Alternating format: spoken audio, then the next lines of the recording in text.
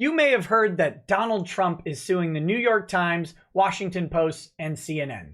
Let's talk about that.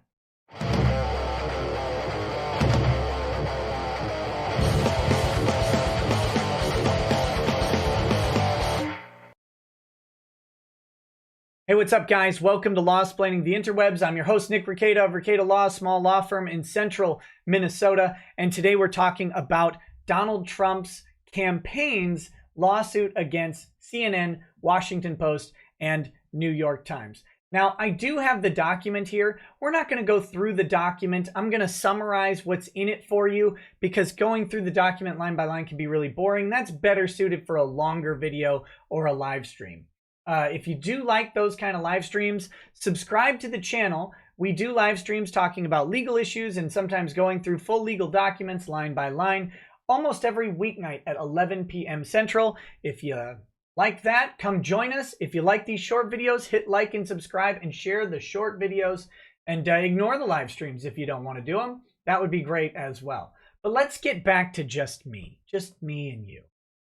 Okay, so Trump's campaign is suing CNN, and they're suing CNN over an article, but not actually an article, an op-ed piece published by Larry Noble last year in June of 2019, in which he accused them of reassessing the value of using Russia to get a leg up in the 2020 election and keeping that option on the table. Now, the implications of this are clear, that they used Russia in the 2016 election to go ahead and solicit foreign interference improperly, and that they're considering doing it again. The Trump campaign has routinely denied that this happened. There was a pretty big and pretty long and extensive investigation into it by the special counsel Robert Mueller, and no charges were actually brought over the Russian collusion. Now, people quibble over whether or not they specifically or explicitly state that there was no Russian collusion, or whether there was not sufficient evidence to bring criminal charges, or any number of iterations between those points. But ultimately, we've got a problem. There was no criminal charges for Russian collusion brought by an extensive investigation at the expense of millions of taxpayer dollars. So for then someone to come out and say that not only was there Russian collusion, but the campaign is considering to do it again, they're calling that defamatory, okay? Now, the campaign is conceded in the complaint to be a public figure, right? And the public figure doctrine in regards to defamation requires you to prove something called actual malice. Now, that's not just that someone doesn't like you, it's knowledge of falsity or a reckless disregard for the truth. Now, you can use evidence and instances of people not liking you to support the idea that they are recklessly disregarding the truth or that they're acting with knowledge of falsity, but you tend to need something more concrete than just they don't like me, right? You have to try and show the lie or show why they should have had some sort of knowledge of the truth and disregarded it. In this case, they're bringing a lawsuit against CNN, a preeminent news organization, one that bills themselves as fair and balanced reporting and as an independent, neutral arbiter of truth, right? They deliver facts to you. That's the entire mantra of CNN, as calling themselves the best news service in the world, which they may actually believe, even if not all of us out in the real world do, okay? But the idea is that CNN is supposed to be the arbiter of truth, to deliver facts, not opinions, and certainly not falsehoods, and that they have an extensive department dedicated to making sure those facts are accurate, right? CNN fact checks people all the time. That's part of what they do. The idea is they have the resources and the expertise to get to the truth of the matter. So they're alleging, the Trump campaign is alleging that in publishing this op-ed piece with false statements about Russian collusion in them, that CNN failed in its duty. It's normal journalistic standards or ordinary actions as journalists to fact check the piece and to put out only factual statements that could be verified, because the public has invested a level of trust in CNN. That's the idea, right? We trust the news sources to deliver news, not falsehood. Now, to bolster their claim that CNN failed in its duty, to bolster the claim of malice, they quote the writer of the op-ed, Larry Noble, and they talk about his history of accusing Trump of crimes, of campaign finance violations, of ethics violations, and other things. And they also talk about some internal stuff at CNN. First, they cite a poll or a survey, a quote, very reliable survey that shows that CNN reports on the president negatively 93% of the time, as opposed to past presidents, which they reported negatively only 50% of the time.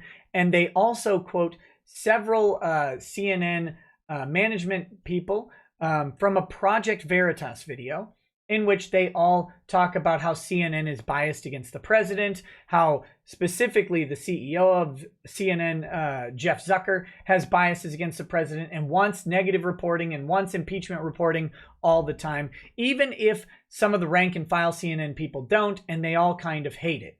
That's from the Project Veritas video. So what they're doing in this lawsuit is trying to wrap in the Project Veritas stuff, wrap in Larry Noble's anti-Trump bias, and use that as evidence that they knew or should have known or had information available to them that no Russian collusion occurred, that the campaign was not seeking Russian assistance in 2020, and that option was not on the table. I mean, they're accusing them of something that they have called a crime for the past 4 years.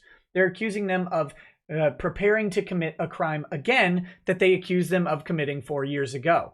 So this is the problem with the statements that the Trump campaign has. Now, the problems with this lawsuit are big problems. Sure, it's going after the campaign is the one filing suit because the statements are about the campaign, but ostensibly this suit is about the president of the United States in his attempts to become president and then maintain that presidency. There's a big argument that this is protected speech because we're allowed to criticize our lords, right? We're allowed to criticize our governors, our presidents, our senators, our congressmen. That's the purpose of the First Amendment. It is the quintessential purpose of the First Amendment, the idea of criticism, and the idea of a free press was preserved so that press could criticize them with relative impunity. But it's not impunity. That's where this defamation suit comes in. They're not trying to criminally go after CNN. They're not trying to do anything other than, ostensibly, they're not trying to do anything other than recoup the damage that's caused by false statements of fact. False statements of fact are not protected speech when they cause damage, and in the case of a public figure, were made with actual malice, knowledge of the falsity, or a reckless disregard for the truth, right? That's what the campaign is going for here. That's why they want to sue these guys. And they're, like I said, they're using all of these statements internally from CNN to show that bias and to show why they might be willing to forego their normal journalistic standards, to put their integrity aside, and to defame the president and his campaign, right? There's one final purpose of this lawsuit I want to talk about, because again, I don't think that this lawsuit has much of a chance. And I think that Trump's advisors, his legal advisors, know this, right? They know that this lawsuit doesn't have much of a chance, but they can file this lawsuit and it will make news. It already has. All of these lawsuits have made news. They went straight to Fox News with the story. They wanted the story out there. This is their way to publicly counter these by saying, look, we're so willing to say that this is false, that we're willing to file a lawsuit saying that this is false and demanding compensation for it. Are they going to get that compensation? Does it matter? At the end of the day, for this campaign, does it matter? The news cycle matters. Having the base believe that Trump is not engaging in Russian collusion clearly matters to the campaign. They've already expended millions of dollars disseminating that message. Filing a lawsuit is actually a pretty small cost to go ahead and go after that message in yet another reinforcing way. And it'll get some free traction as it'll be picked up, as it was, like I said, picked up by Fox News and spread to millions of people instantly. It'll be covered as the lawsuit goes on as well. And then, it may not even be done by the time the campaign is effectively finished and the election is either on the horizon or complete. So there's really not a huge risk involved to the campaign here. And there's lots of good stuff, rewards for them in filing the lawsuit. Now, I would never allege that anyone is filing a lawsuit for any reason other than to get recompensation from the courts as they are owed. But sometimes people do. Sometimes people do. Shocker, it happens. So that's what I've got for you today. Tell me what you think. Leave a comment below. Do you think this is a lawsuit made for publicity? Do you think they think the lawsuit has merit? Do you think the lawsuit has merit? I think the lawsuit is relatively doomed, whether or not it has merit, because that's how defamation law works. It's really tough for a public figure to sue. It's just a hard thing to do. So, but does that mean it's not worth it? It doesn't always mean it's not worth it. A lot of negatives in there. It's sometimes worth it to sue, even if you don't think the prospect of winning is high. And I think that's what's going on with the campaign here. I think that they know it's a long shot, but the positive exposure and the ability to have millions of people hear that the campaign says this stuff is false for free, I think that's valuable to them. All right, guys, thanks for hanging out. We'll talk to you soon. Peace. Peace.